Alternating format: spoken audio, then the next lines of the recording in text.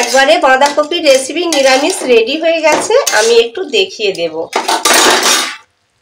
কত সুন্দর হয়েছে, দেখুন একবার।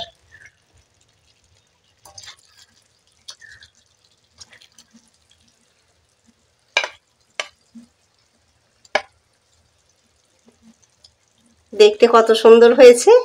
এইভাবে বন্ধুরা নিরামিষ তরকারি বানিয়ে নেবেন, এক তরকারি দিয়েই ভাত খাওয়া হয়ে যাবে। নমস্কার বন্ধুরা, শ্যামলী ব্লকে আপনাদের সকলকে স্বাগত। আজ বাঁধাকপির একটি ঝাল ঝাল রেসিপি বানিয়ে নেব, একদম নিরামিষ। অঘ্রাণ পৌষের বৃহস্পতিবার সকলেই পালে। 12টা মাসের অন্তত 2টো বৃহস্পতিবার 2 মাসের সকলেই পালে, অঘ্রাণ মাস আর পৌষ মাস। যখন বৃহস্পতিবার পরে মনে হয় কি বানাবো, তো এইভাবে বাঁধাকপি নয় বানিয়ে নিলে খেতে খুব ভালো লাগবে। তা চলুন তাহলে আমি বাঁধাকপিটা কেটে নিই।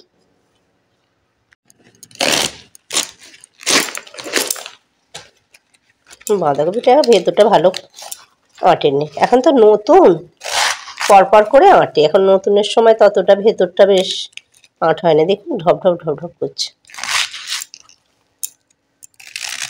একটু বড় সাইজের করে কেটে নেব, পিসগুলো ঠিক এই সাইজের করে কেটে নিয়েছি। এইভাবেই কপিটা আমি কেটে নেব। আর দিয়ে দেব কপির ঝালে কিছু শিম, আর এখানে নিয়েছি 2টি টমেটো আর ধনিয়া পাতা, আলু কেটে নিয়েছি। এবার আমি শিমগুলোকে কেটে নেব।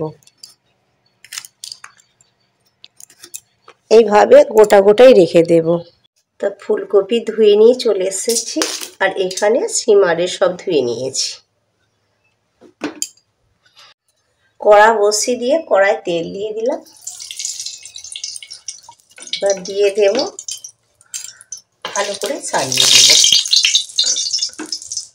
শিম দিয়ে দিচ্ছি, শিমগুলোকে ভালো করে ভেজে নেব। শিমেতে অল্প পরিমাণ নুন আর অল্প পরিমাণ হলুদ।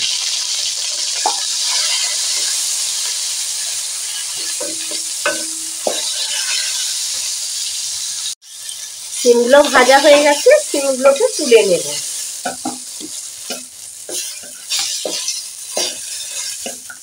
এবার দিয়ে দেব এতে আলু। আলুটা দিয়ে এইভাবে নাড়াচাড়া করে নেব। বাঁধাকপির আলুটা ভালো করে কষে নিয়েছি। এবার কপিটা দিয়ে দেব। এতে দিয়ে দেব হলুদ, দিয়ে এইভাবে নাড়তে থাকবো। খানিকটা নাড়াচাড়া করে নিয়েছি, কপিটা কিছুটা ভাজা হয়ে গেছে। এবার দিয়ে দেব স্বাদ অনুযায়ী নুন। তা বন্ধুরা, শীতের মৌসুমে ওয়েদারটা ভালো নয়, আমার গলা বসে গেছে।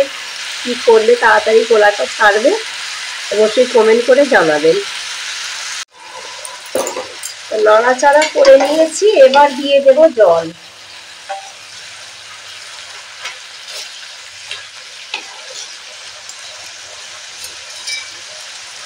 জল দিয়ে পুরোপুরি সেদ্ধটা করে নেব।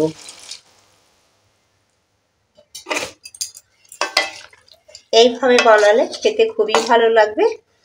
তো এখন সেদ্ধ হোক, আমি এর ফাঁকে ঝাল মশলা বেটে নেব।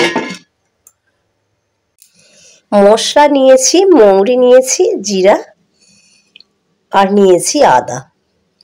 তা এগুলোকে আমি বেটে নেব।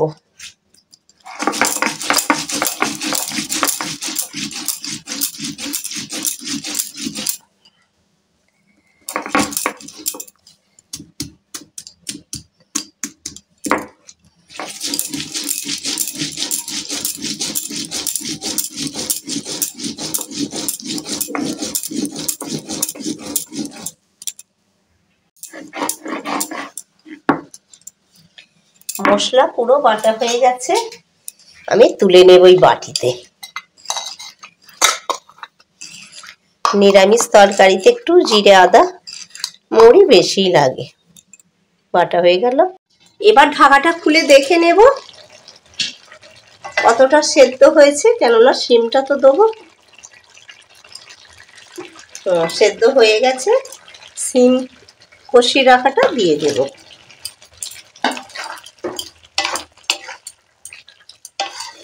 এইটা বেশিক্ষণ রাখবো না, এটা 1 মিনিটের মতো ঢাকা দিয়ে রাখলেই হবে। টমেটো আর ধনে পাতা একটু পেস্ট করে নেব। ঢাকাটা খুলে নিয়েছি, সেদ্ধ হয়ে গেছে, আমি ঢেলে নেব।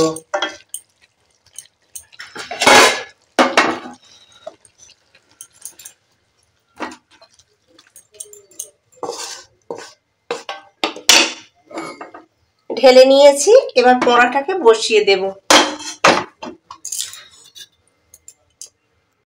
পোড়াটি গরম হয়ে গেছে, দিয়ে দেব সরিষার তেল। এবার দিয়ে দেব এতে ফোড়ন, একটি এলাচ আর তেজপাতা ফোড়ন দিয়ে দিলাম, আর দিয়ে দেব 4টি কাঁচা লঙ্কা। এগুলোকে ভালো করে ভেজে নেব। ফোড়নটা ভাজা হয়ে গেছে, এতে আমি নিয়েছি টমেটো, নিয়েছি ধনিয়া পাতা, জিরে, আদা, মৌরি, এটাকেও ভেজে নেব।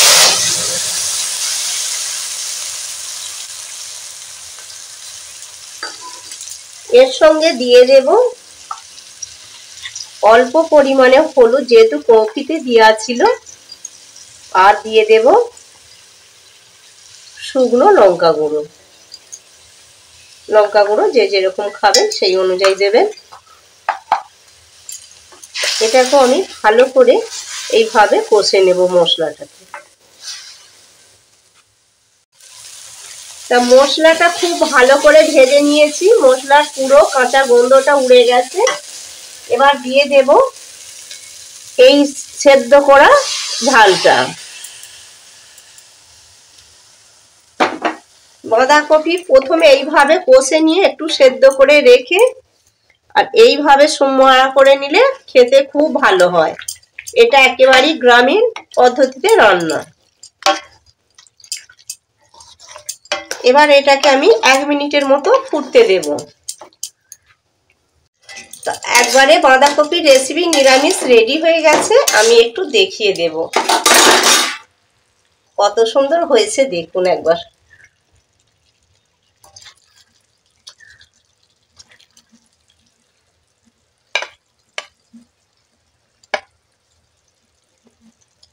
দেখতে কত সুন্দর হয়েছে। এইভাবে বন্ধুরা নিরামিষ তরকারি বানিয়ে নেবেন, এক তরকারি দিয়েই ভাত খাওয়া হয়ে যাবে।